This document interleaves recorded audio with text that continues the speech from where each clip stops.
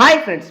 So இப்போ கோழி இல்லாமலே கோழிக்கறி தயாரிக்க முடியும்னு சொன்னா நீங்க நம்புவீங்களா? அட என்னங்க இது? கோழி இல்லாம கோழிக்கறியா? அப்படின்னு நீங்க யோசிப்பீங்க. ஆனா உண்மையிலே நீங்க பார்த்தீங்கன்னா, இப்படி ஒரு புது விதமான டெக்னாலஜி நீங்க பார்த்தீங்கன்னா, இப்ப வந்து ரொம்ப வேகமா வளர்ந்துகிட்டு வருது. அதுவும் இது நம்ம மத்த சினிமால பார்க்குற மாரி இல்லாம, சயின்டிஸ்ட்லாம் உண்மையிலேயே லேப்ல வந்து இத ரிசர்ச் பண்ணி இப்படி ஒண்ணு கண்டுபிடிச்சிருக்காங்க. இதுல இன்னொரு இன்ட்ரஸ்டிங்கான விஷயம் என்னன்னு நீங்க பாத்தீங்கன்னா, இது வந்து இப்போ ஒரு ஆர்டிபிஷியலான மீட்டோ கிடையாது.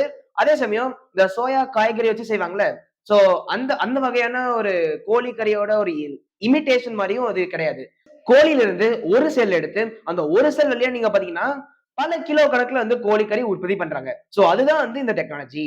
சோ அத பத்தி தான் இந்த வீடியோல இருந்து நம்ம கிளியரா டிஸ்கஸ் பண்ண போறோம். சரி வாங்க வீடியோக்குள்ள போவோம். வீடியோக்குள்ள போறதுக்கு முன்னாடி இதுவரைக்கும் என் சேனலுக்கு சப்ஸ்கிரைப் பண்ணாதவங்க மறக்காம சப்ஸ்கிரைப் பண்ணிக்கோங்க. இந்த வீடியோ உங்களுக்கு பிடிச்சிருந்தா லைக் பண்ணிக்கோங்க. அப்புறம் மறக்காம உங்க ஃபிரெண்ட்ஸ்க்கும் ஷேர் பண்ணுங்க. சரி வாங்க இப்ப வீடியோக்குள்ள போவோம்.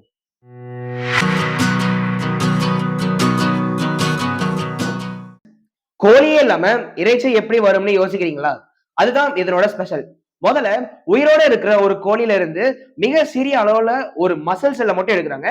கோழிய வெட்டவும் வேண்டாம், கொல்லவும் வேண்டாம். அத ஒரு சின்ன அதாவது அதுல இருந்து ஒரு சின்ன செல்ல எடுத்து அதை வைட்டமின்ஸ், புரோட்டீன்ஸ், மினரல்ஸ் எல்லாம் மிக்ஸ் பண்ணி வச்சிருக்கிற ஒரு ஸ்பெஷல் சொல்யூஷன்க்குள்ள போடுறாங்க. இப்போ அந்த செல்ஸ் மெதுவா டெவலப் ஆக ஆரம்பிக்கும். 1 செல், 2 செல், 4 செல், 100 செல், 1000 செல் இப்படியே லட்சக்கணக்கான செல்களா மாறிடும். சில வாரங்களுக்கு பிறகு அந்த செல்கள் எல்லாம் ஒண்ணா சேர்ந்து நாம சாப்பிடுற சிக்கன் மீட்டோட அதே மாதிரியான டேஸ்டி சிக்கன் கறியாக மாறிடும்னு சொல்றாங்க.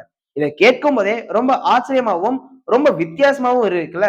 ஆனா இதுதான் இப்போ உலகம் ஃபுல்லா ட்ரெண்டிங்கா போயிட்டு இருக்கிற ஒரு விஷயம் ஃபிரெண்ட்ஸ்.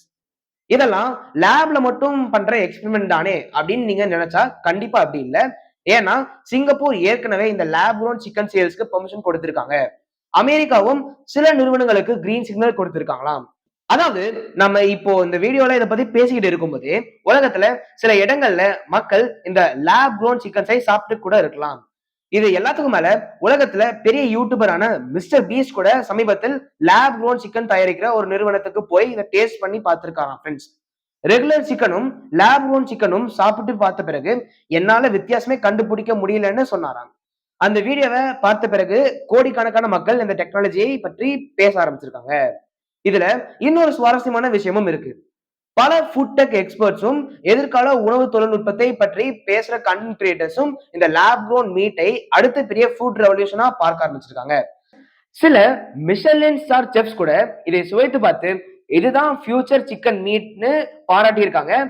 ஆனா அதே நேரத்துல லேப்ல வளர்த்த இறைச்சியா அதை எப்படி நம்பி சாப்பிடுறதுன்னு கேள்வி கேட்கிறவர்களும் இருக்காங்க. அதனால இந்த டெக்னாலஜிக்கு ஆதரவும் இருக்கு, எதிர்ப்பும் இருக்கு. சரி, இவ்வளவு கஷ்டப்பட்டு ஏன் இந்த சிக்கனை இப்படி லேப்ல உற்பத்தி பண்ணணும்? நம்ம ரெகுலரா சாப்பிடுற பிராய்லர் கோழியே சாப்பிடலாமே அப்படின்னு நீங்க தோணும். அதாவது அப்படின்னு வந்து நீங்க யோசிக்கலாம். அதுக்கும் காரணம் இருக்கு ஃப்ரெண்ட்ஸ். உலகம் முழுக்க உணவுக்காக கோடிக்கணக்கான கோழிகளை வளர்க்குறாங்க. அதுக்கு நிலம் வேணும், தண்ணி வேணும், தீவனம் வேணும். இதெல்லாம் பண்றதுக்கு நிறைய செலவும் ஆகும். இதுக்கு பதிலா லேப் குரோன் சிக்கன் மீட் வந்துட்டா இப்படி நிறைய நேச்சுரல் ரிசோர்சஸ் பயன்பாட்டை குறைக்க முடியும்னு விஞ்ஞானிகள் நம்புறாங்க. அது மட்டும் இல்லாம எதிர்காலத்துல விலங்குகளை கொல்வதும் குறையலாம்.